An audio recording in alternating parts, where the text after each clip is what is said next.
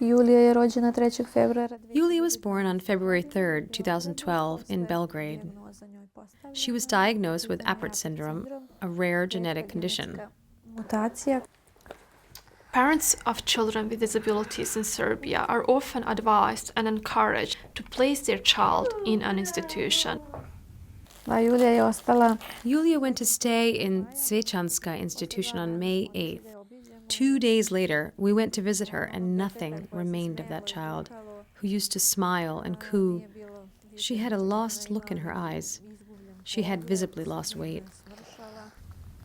Parents of children with disabilities often do not have access to services and support they need to care for their child at home, and often they feel they have no other choice but to place the child in an institution.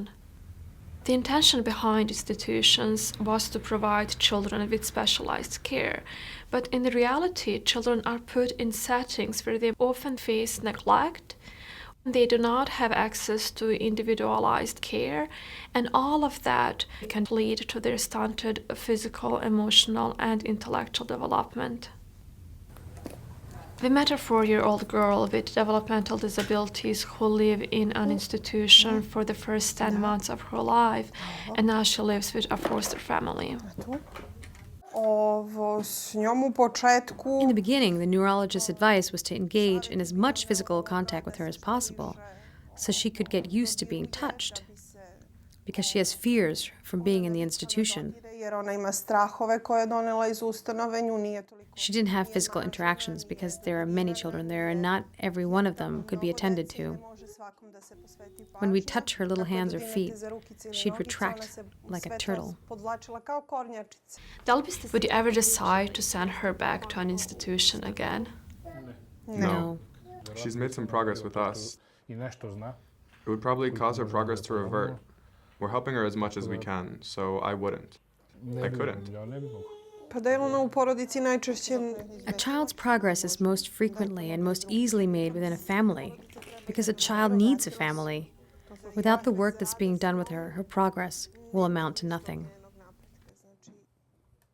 Every child, including a child with disability, has right to live with their families and in their communities, and Serbia has introduced strong legal and policy measures to ensure this right is respected. However, more concrete steps should be taken so that children and their families have access to the support they need, including access to health care in their community, inclusive education, and financial support when necessary. Research in other countries has shown that investing in community-based services and support is more cost-effective than investing in large-scale institutions.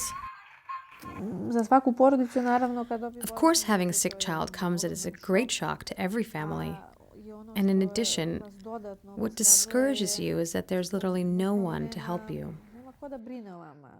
Children are best raised with their families or in family-like settings.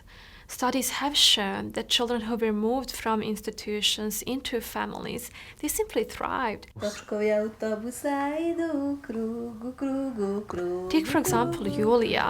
Unlike so many children with disabilities who live in institutions, she gets the support and care she needs.